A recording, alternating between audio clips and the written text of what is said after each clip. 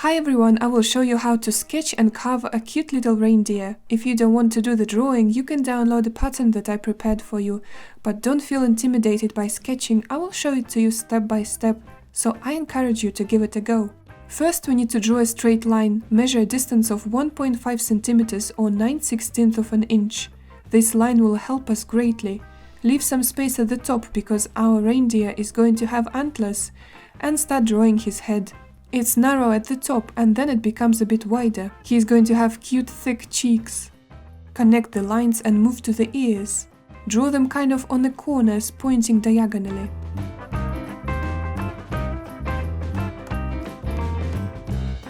The antlers are going to be behind the ears. In our carving, they're going to be almost one piece with the ears because it's more stable this way. Antlers on their own are quite fragile and they can break. I use my central line to keep everything symmetrical and to make sure I use the same distance from both sides.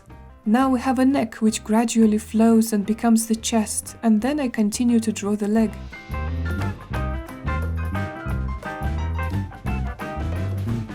I move to the back and notice the way I draw the hind leg. It sort of tucks in and then comes out again for the joint. It looks a bit like lightning. The inner part follows that contour. Now we just need to finish those lines and draw a tail. I like to do it in this playful, whimsical manner, but if you're afraid of breaking it, you can draw it simply on the side like that. Last but not least, his nose, a very important part of any reindeer. Done.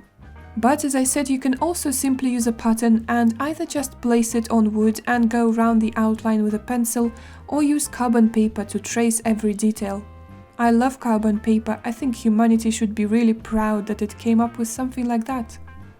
If you see that some lines ended up being faint, you can emphasize them a bit more later with a pencil. Now, how thick our deer needs to be? I make him a bit less than an inch wide, which is 2.3 centimeters. I get my piece ready to be cut off and make it smaller and more manageable. Now I will still need to get rid of chunks around the deer. If you don't have a bandsaw, I suggest you use a vise and a saw. I use a coping saw here. I mark the area that I don't need between its legs, then I place my carving in the vise and start sawing. The good thing about a coping saw is that you can tilt the blade, it's quite flexible. So you can cut at an angle if you want. This is what I do until the cuts meet at one point and I can take the big chunk out. Do the same with other big pieces around it. You could just use a knife as well. This is how I used to carve my deer. But of course it's much longer process, be prepared for that. Right, I cut around the outline. What I do next is drawing a line in the middle around the whole carving. Approximately in the middle, it doesn't have to be 100% precise. Now we need to separate the legs, and the separation should be around the level of the belly. Draw the space in front and at the back. Don't make it too wide because otherwise his legs are going to be very thin and fragile as a result.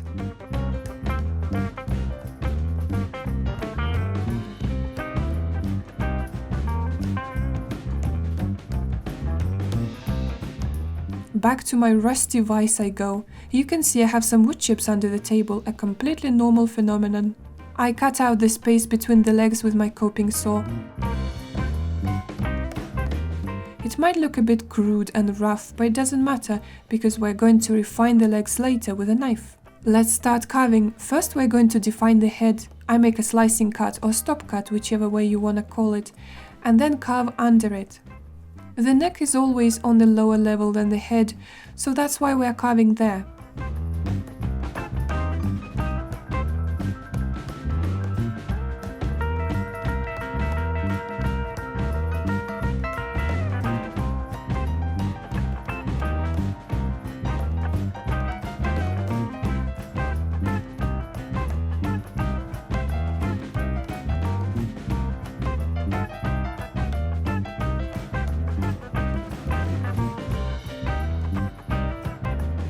Next we need to move the ears and the antlers to the back, so I make the slicing cuts again and start carving.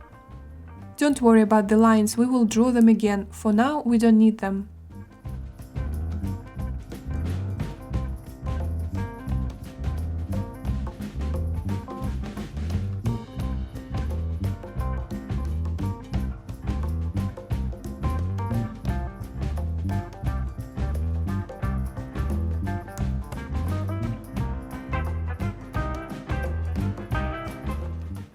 Reinforce the slicing cuts as you go, as they stop your knife from traveling further towards the face.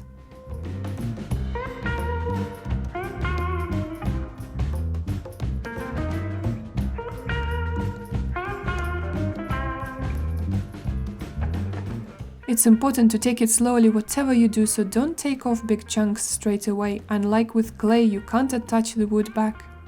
And as you can see, I do a lot of push cuts when I drive the blade away from myself. This is the safe way of doing it. But I do carve towards myself a lot as well. You just need to do that in a very controlled fashion.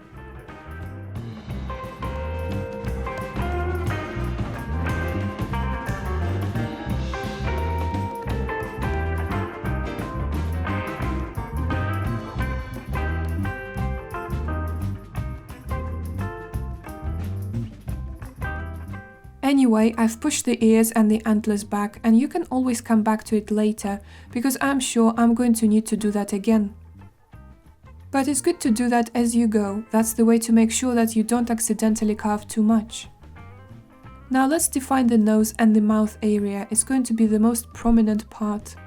Let's show it with a pencil first. I draw an oval shape that will include the mouth. And you can do a slicing cut around it first, but what I like to do is just start carving. I do a sweeping cut when I go a bit deeper first, and then I curl my wrist and come out closer to the surface. This way we're going to get a more gradual transition.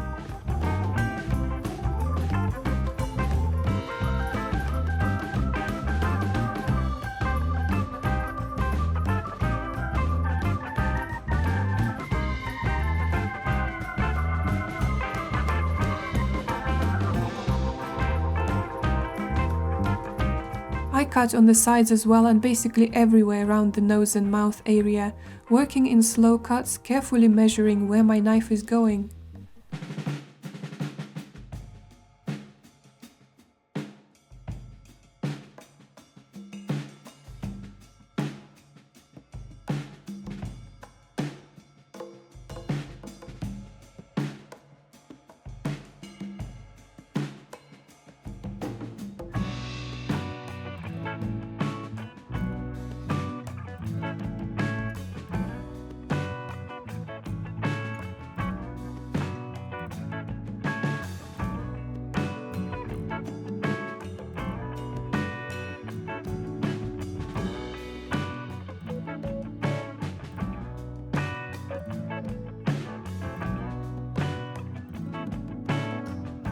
If you find that the ears and antlers are getting too close, push them back a bit more.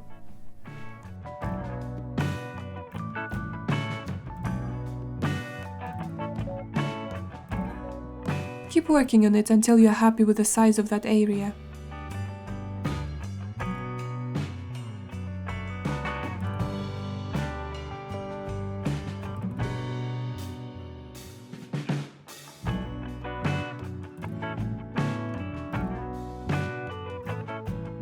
Now what you can do, you can soften the edges a bit so that they look less harsh and angular.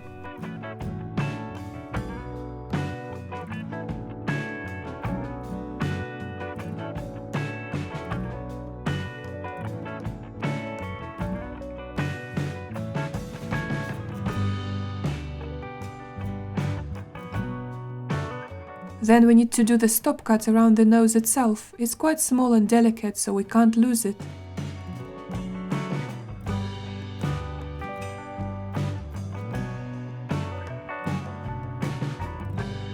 I'm going to define it by carving around it.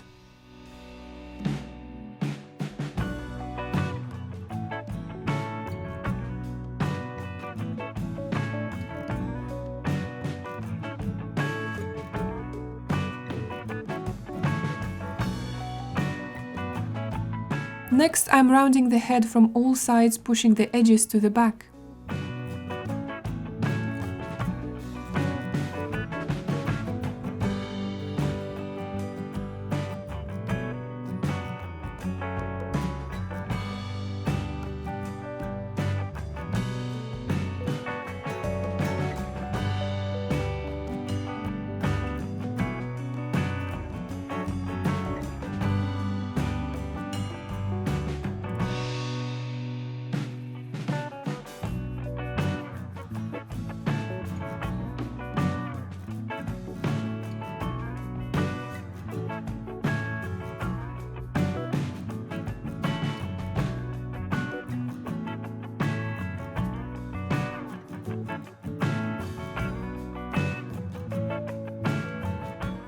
Alright, nice and rounded, now let's draw the ears again, and you can probably guess that I'm going to do the stop cuts, separating them from the antlers, and then carve, pushing the antlers further back.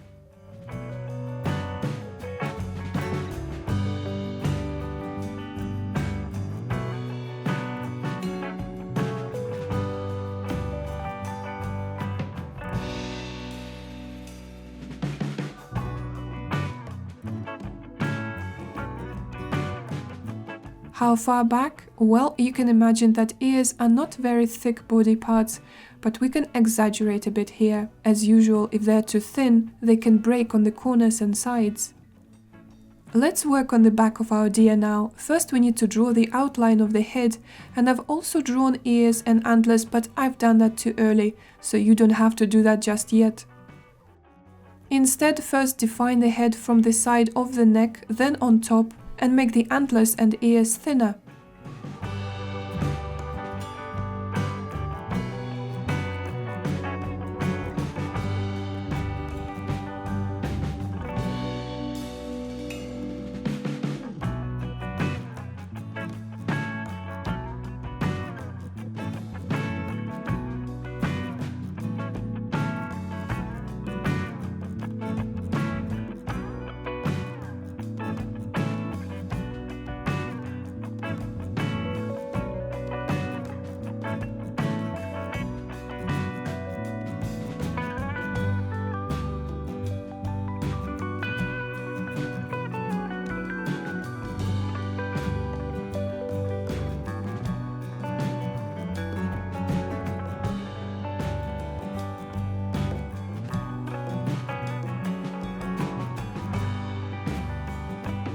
When it looks something like this, you can mark the antlers. This time they are above the ears because it's the other way round at the front.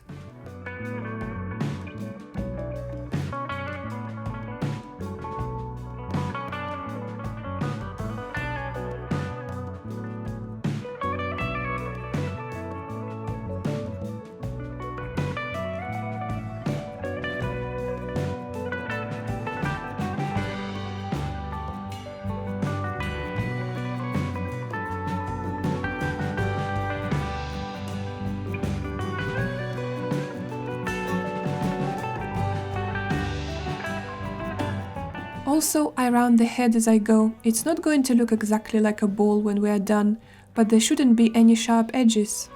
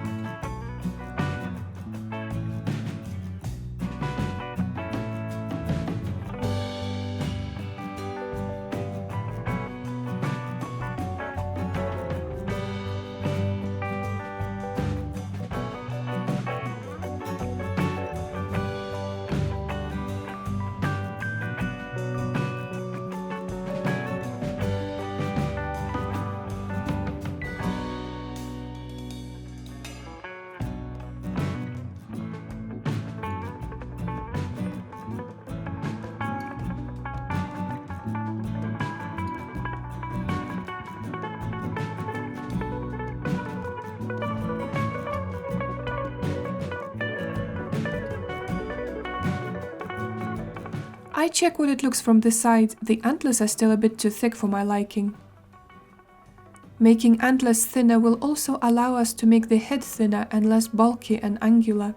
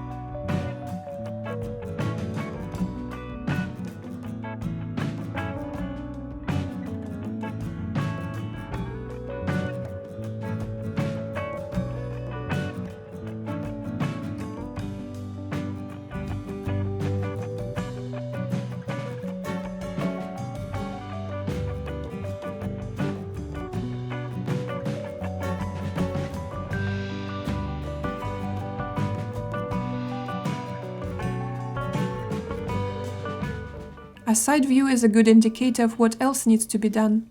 All those sharp edges need to go.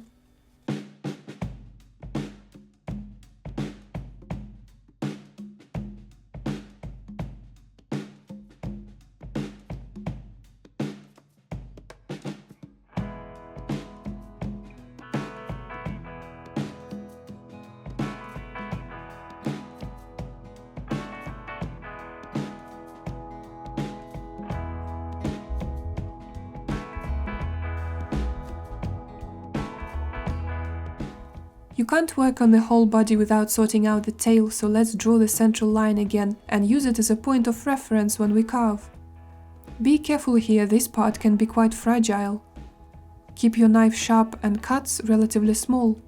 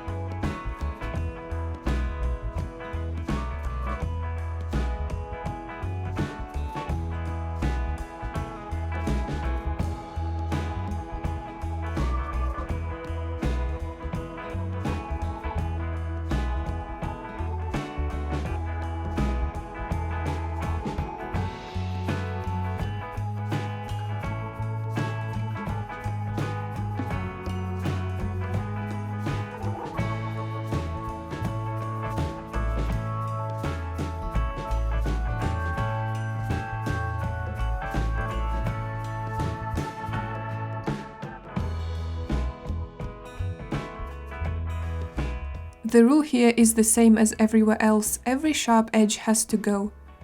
Go slowly there and rotate your work around, finding the best direction, because if you go against the grain, you can accidentally take off too much wood at once.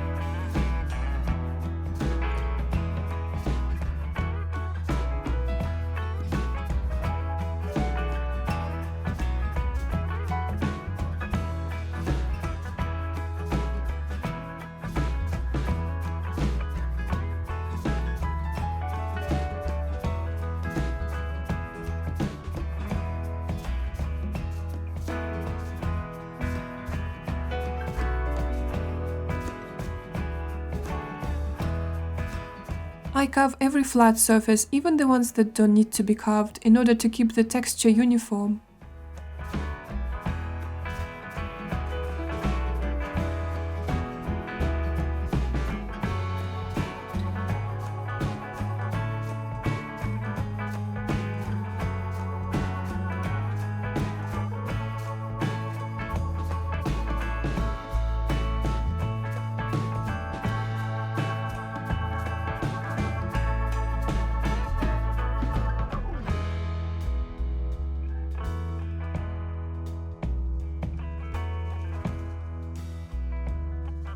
Right now the deer looks too rectangular, so we have the task to make him thinner and rounded.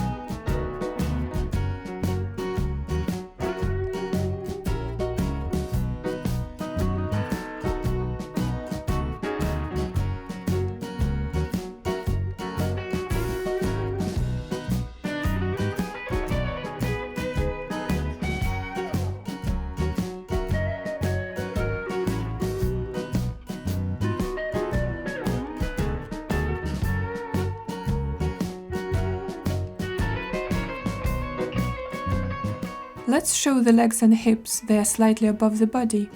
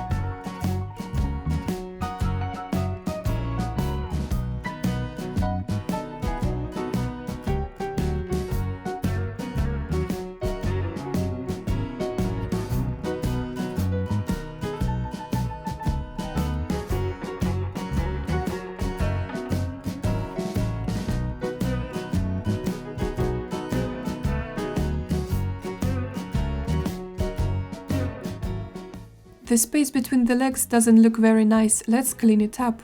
This is where it's useful to carve with a knife that has a relatively short and thin blade. And you can easily get in between. Rotate your work around and make the legs more smooth.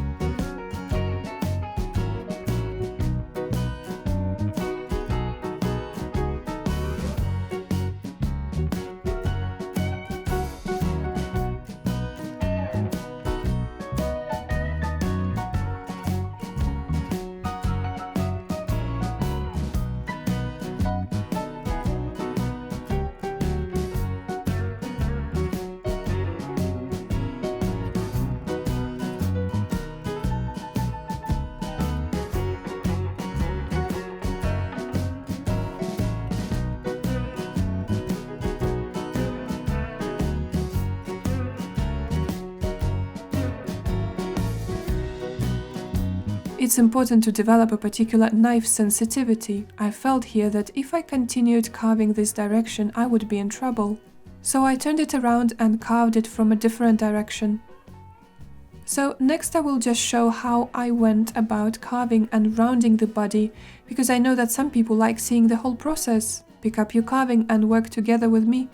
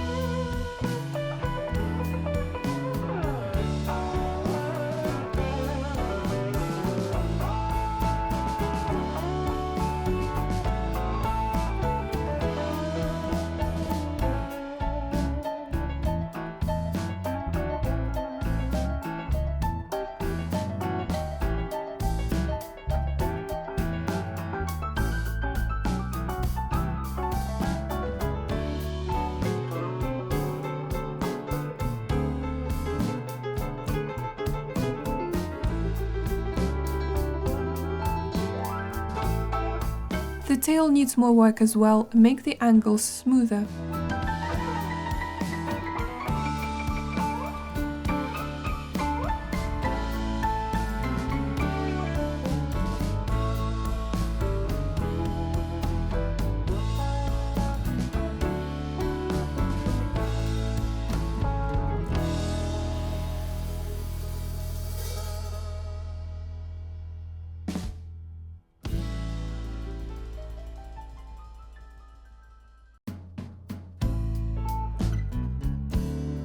Instead of having ears just sticking out straight, we're going to make them lean forward slightly, and the same can be done with antlers.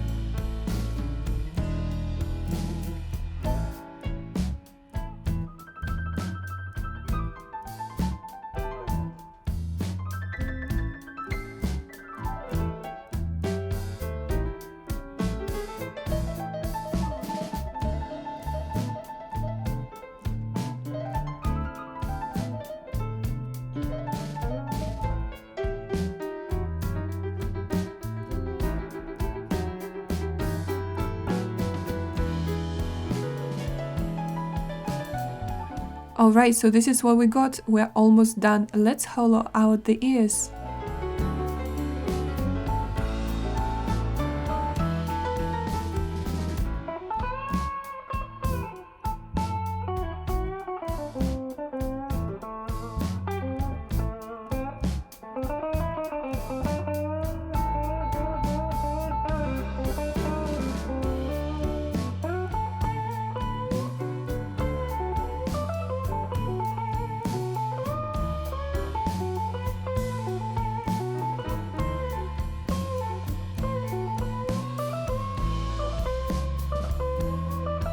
The rest depends on how much of a perfectionist you are. You can clean up your carving a bit more until there are no more fuzzies left. By the way, you can use these little files, they're great for getting into tight places.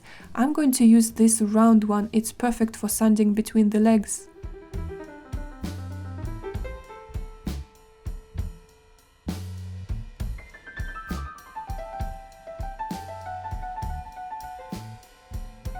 Okay, and the last thing is the mouth. Our deer can't even smile or talk, and that's not fair.